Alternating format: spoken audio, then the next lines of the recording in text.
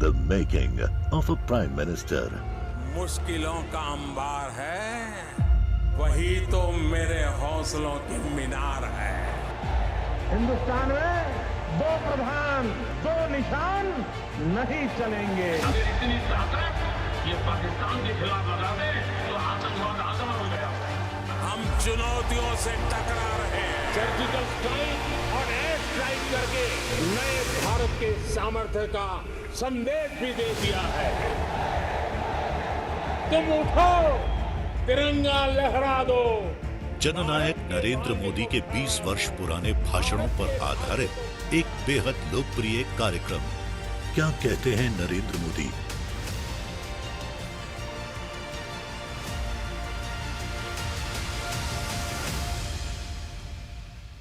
नमस्कार, मैं हूं आपके साथ पूर्णिमा मिश्रा। हमारे खास प्रोग्राम क्या कहते हैं नरेंद्र मोदी में आज आपको सुनवाएंगे प्रधानमंत्री मोदी का वो ऐतिहासिक भाषण जो उन्होंने 20 अक्टूबर 2011 को नवसारी गुजरात में दिया। मोदी जी ने अपने भाषण में कहा कि गुजरात ने पूरे विश्व में विकास का डंका बजाया है। आज गुजरात हर क्षेत्र में तरक्की की नई मिसाल लिख रहा है और इस सफलता का कारण मेरे 6 करोड़ गुजराती हैं। मित्रों, मैंने कल्पना नहीं की थी जब मैंने सद्भावना मिशन का हर जिले में जाने का निर्णय किया, तब मैंने सोचा नहीं था कि मेरे साथ हजारों की तादाद में और भी बंधु भगिनी उपवास करेंगे। मुझे अभी बताया गया करीब 8,500 लोग यहां ऐसे हैं जिन्होंने आज मेरे साथ उपवास करके इस सद्भावना मिशन को आगे बढ़ाने का संकल्प किया है। ये उपवास का निर्णय करके मेरे इस कार्य में समर्थन करने वाले मैं सभी भाइयों बहनों का अंतःकरण पूर्वक आभार व्यक्त करता हूं। भाइयों बहनों, मैं शाम के समय बहुत विस्तार से मेरा भाषण करने वाला हूं। अभी तो सिर्फ आपका स्वागत करने के लिए मैं खड़ा हुआ हूं। एक कार्य को इतना जनसमर्थन हो, इसका कारण क्या है? ये सद्भावना मिशन ये कोई नरेंद्र मोदी की खोज नहीं है, ये कोई गुजरात सरकार की खोज नहीं है, ये कोई गुजरात के मुख्यमंत्री को वन फाइन मॉर्निंग एक बड़ा गजब का विचार आ गया, ऐसा नहीं है। ये सद्भावना हजारों साल से हमारे रक्त में बह रही है, हमारे शरीर का हिस्सा है, हमारे मन मंदिर का हिस्सा है, हमारी भावनाओं का अधिष्ठान है। और उसी के कारण तो हमारे पूर्वजों ने मंत्र दिया था, वसुधैव कुटुंबकम का।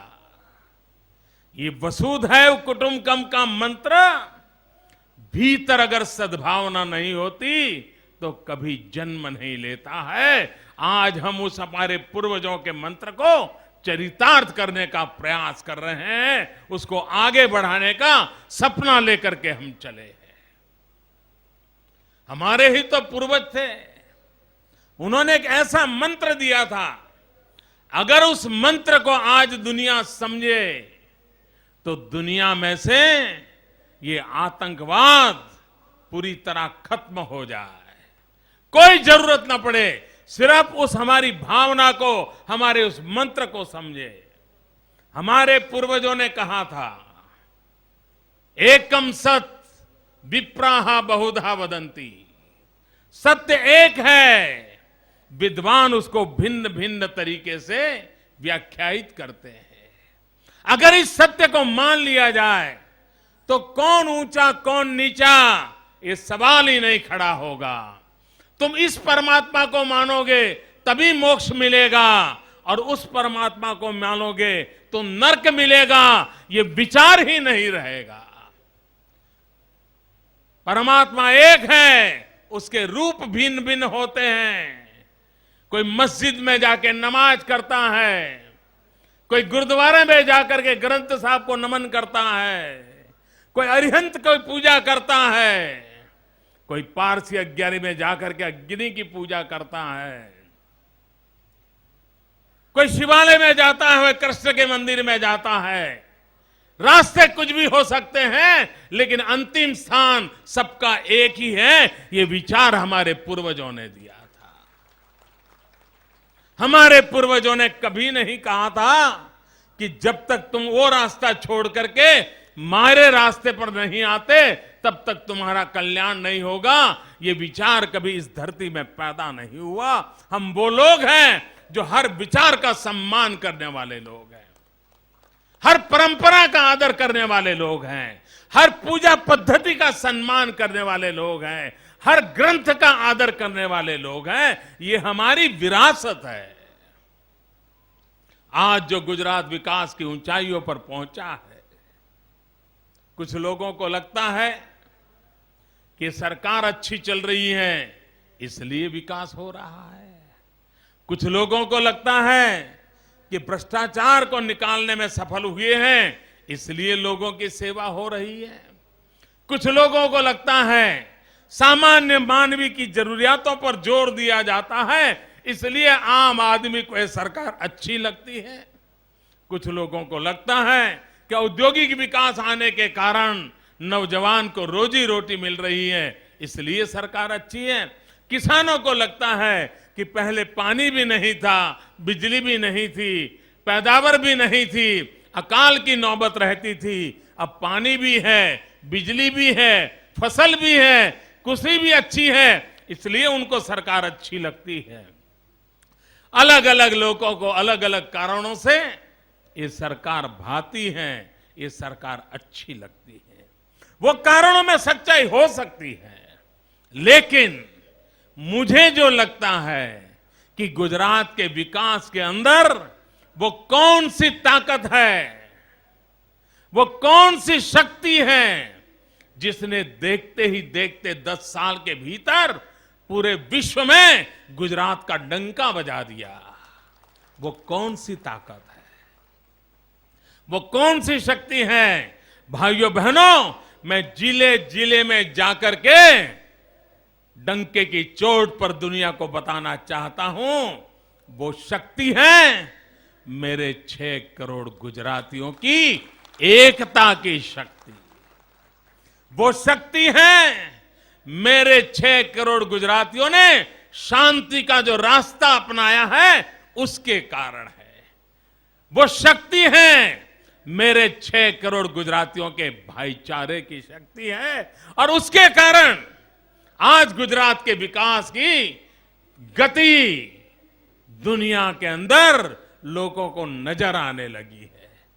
भाइयों बहनों, हमें मालूम है कैसे दिन देखे हैं गुजरात ने। 1980, 1985 उन दिनों को याद कीजिए। इस राज्य का कोई शहर ऐसा नहीं होता था कि जहां कर्फ्यू की नौबत ना आती हो। रास्ते चलते चाकू चलते थे, पतंग चगाने में झगड़ा हो जाए, कौमी दंगे हो जाते थे, एक की साइकिल दूसरे से टकरा जाए आग लग जाती थी। किसी धर्म स्थान के आगे से बाजे बजाते हुए शादी निकलती है, शादी बारात, तो पथराव हो जाता था। वो दिन हमने देखे थे। एक दूसरे को मारने काटने पर लगे रहते थे। 1980-85 के वो दिन भूलना मत भाइयों। उस कठिन दौर से हम गुजरते थे। और जब दंगे होते तो गरीब आदमी भूखा मरता था। ऑटो रिक्शा वाले की ऑटो रिक्शा नहीं चलती थी। छोटा दुकानदार है, बेचारे की दुकान जला दी जाती थी।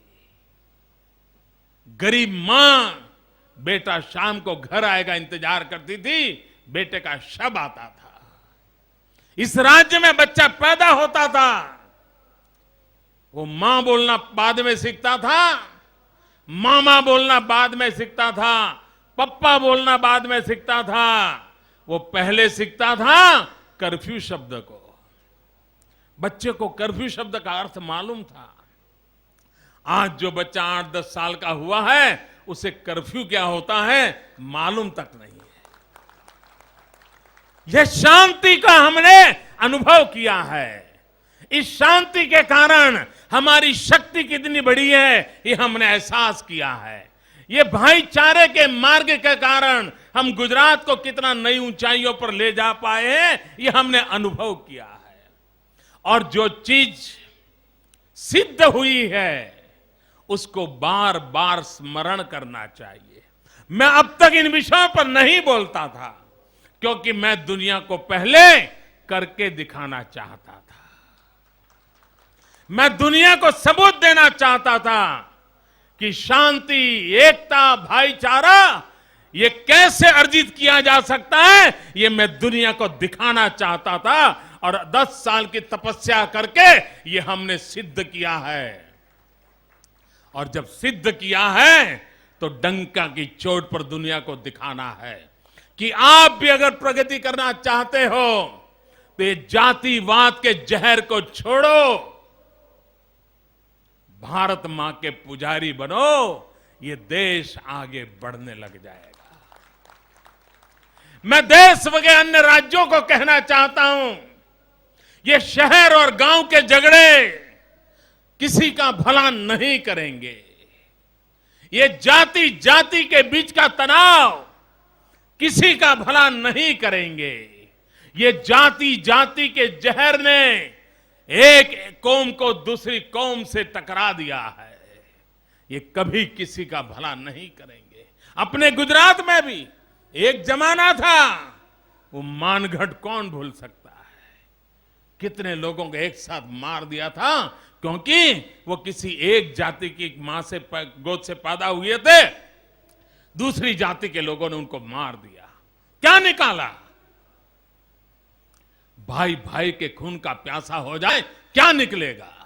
और इसलिए भाइयों बहनों हमने लगातार एकता की कोशिश की, शांति की कोशिश की, भाईचारे की कोशिश की और 6 करोड़ गुजरातियों ने 6 करोड़ गुजरातियों की एकता के मंत्र को जी करके दिखाया है। और इसलिए सफलता के कारण मुख्यमंत्री मोदी नहीं है, सफलता का कारण ये उपवास पे आए हुए मेरे भाइयों बहनों 6 करोड़ गुजराती है। हम जितनी एकता की तारीफ करेंगे, जितनी शांति की तारीफ करेंगे, जितनी सद्भावना की तारीफ करेंगे, जितनी भाईचारे की तारीफ करेंगे उतनी हमारी ताकत बढ़ेगी। और इसी ताकत को लेकर के मुझे आगे बढ़ना है। मुझे आपका साथ चाहिए, मुझे आपका सहयोग चाहिए। हमें गरीब के घर में रोशनी लानी है दोस्तों, हमें गरीब के आंसू पोंछने हैं। The making of a Prime Minister. मुश्किलों का अंबार है, वही तो मेरे हौसलों की मीनार है। हिंदुस्तान में 2 प्रधान 2 निशान नहीं चलेंगे। अगर इतनी ताकत ये पाकिस्तान के खिलाफ लगा दे तो आतंकवाद आसान हो गया। हम चुनौतियों से टकरा रहे हैं। सर्जिकल स्ट्राइक और एयर स्ट्राइक करके नए भारत के सामर्थ्य का संदेश भी दे दिया है। तुम उठो, तिरंगा लहरा दो। जननायक नरेंद्र मोदी के 20 वर्ष पुराने भाषणों पर आधारित एक बेहद लोकप्रिय कार्यक्रम क्या कहते हैं नरेंद्र मोदी